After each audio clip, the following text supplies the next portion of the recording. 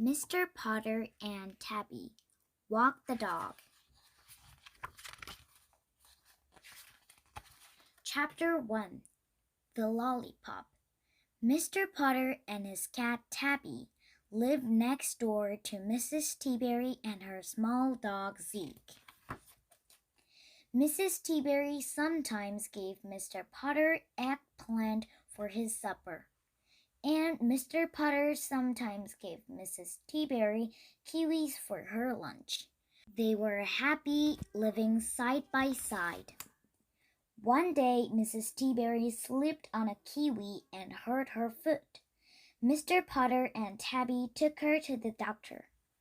The doctor said, "This foot needs a rest. No walking Zeke for a week."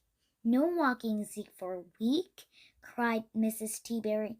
"But who will walk my little lollipop?" She always called Zeke her little lollipop. Then Mr. Potter, who had a very soft heart, said, I will walk your little lollipop." Mrs. Teaberry was happy, but she was a little worried. "I hope he doesn't tug," she said.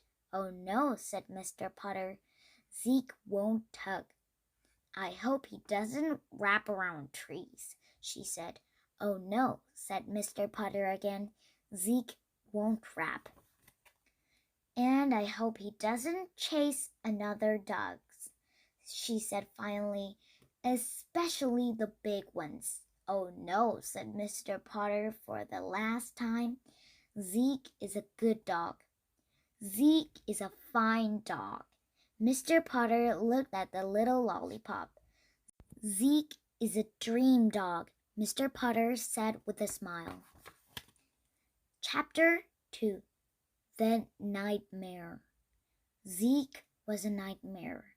The first day Mr. Potter and Tabby took him for a walk, he tugged and tugged and tugged. He tugged Mr. Potter and Tabby through yards and creeks and houses they had never been through before. When Mr. Potter and Tabby got home, they had to have some warm milk and pudding and a nap. "Zeke is not a dream dog," Mr. Potter said to Tabby when they woke up. "Zeke is a nightmare." The second day they took him for a walk. Zeke wrapped around trees. He wrapped around an elm tree. He wrapped around a pine tree. He wrapped around a pear tree. And he always wrapped Mr. Potter and Tabby with him. When Mr. Potter and Tabby got home, they had to have some warm milk and popovers and a nap. "Zeke is not a dream dog," Mr. Potter said to Tabby when they woke up. "Zeke is a nightmare." The third day, Zeke chased dogs, and he didn't chase little ones. He chased big ones. He chased a Russian wolfhound. He chased a Great Dane. He chased a Saint Bernard. He chased them until they got bored with being chased. Then they turned around and chased Zeke and Mr. Potter and Tabby. The big dogs chased them through yards and creeks and houses they had never been through before. When Mr. Potter and Tabby got home, they had to have some warm milk and shortbread and a nap. "Zeke is not a dream dog," Mr. Potter said to Tabby when they woke up. "Zeke is a nightmare." And the two of them sat a long time wondering what to do.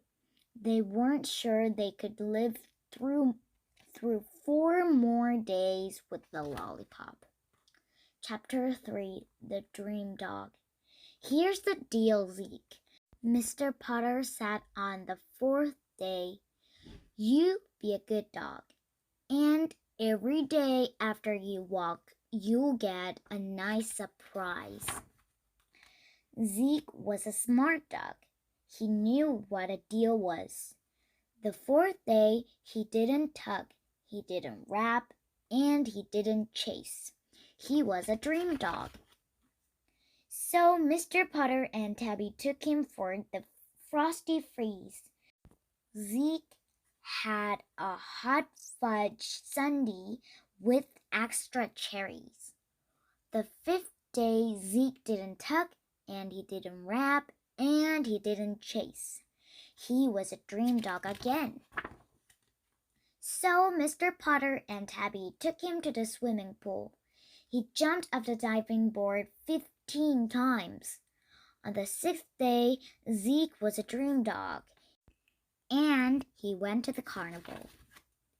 On the 7th day, Zeke was a dream dog, and he went to the zoo.